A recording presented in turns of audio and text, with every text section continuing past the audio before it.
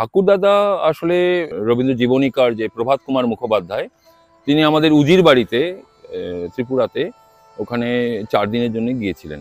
তো সেখান থেকে উনি ছাত্র সংগ্রহ করে নিয়ে এসেছিলেন। তার মধ্যে আমার ঠাকুরদাদাও চলে এসেছিলেন। তো তারপরে যখন 1919-এ নন্দলাল বসু আর সুরেনকর মহাশয় এবং অসিত কুমার হালদার এই 3 জন মাস্টার মশাই 6 জন ছাত্রছাত্রীকে নিয়ে যখন কলাভবন প্রতিষ্ঠা করা হলো, মনীন্দ্র গুপ্ত, ধীরেন কৃষ্ণ দেববর্মন, অর্ধেন্দু বন্দ্যোপাধ্যায়, দ্বিজেন্দ্রলাল রায়, সুনয়নী দেবী এবং শ্রীমতী হুতি সিং। ধীরেন কৃষ্ণ দেববর্মন আমার ঠাকুরদাদা।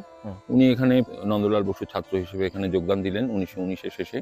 তারপর রবীন্দ্রনাথ 4 জন ছাত্রকে পাঠালেন ইন্ডিয়া হাউস মানে লন্ডন। আচ্ছা, ফ্রেস্কো পেন্টিং শিখতে পাঠিয়েছিলেন 4 জনকে এখান থেকে, শান্তিনিকেতনের ছাত্র। তার মধ্যে আমার ঠাকুরদাদাও ছিলেন। আচ্ছা, ওখানে ফ্রেস্কো পেন্টিং শিখে মানে দেয়াল চিত্র আঁকা শিখে ইন্ডিয়া হাউসের ভেতরে যে ডোমগুলো আছে, তো সেখানে তিনি বুদ্ধের অষ্টজন্মটা এঁকে এসেছিলেন। তারপর তো চায়নায় ডাকা হলো ওনাকে, ওই মাওসেতুং ডাকলেন, ওখানে গিয়ে টুংহুয়াং কেভসে গিয়ে ওই অজন্তার গুহা চিত্র নকল করে এলেন। ওখান থেকে নন্দলাল বসুর হিসেবে উনি আবার এখানে শান্তিনিকেতন চলে এলেন 1951-তে, এসে এখানকার অধ্যাপক হলেন।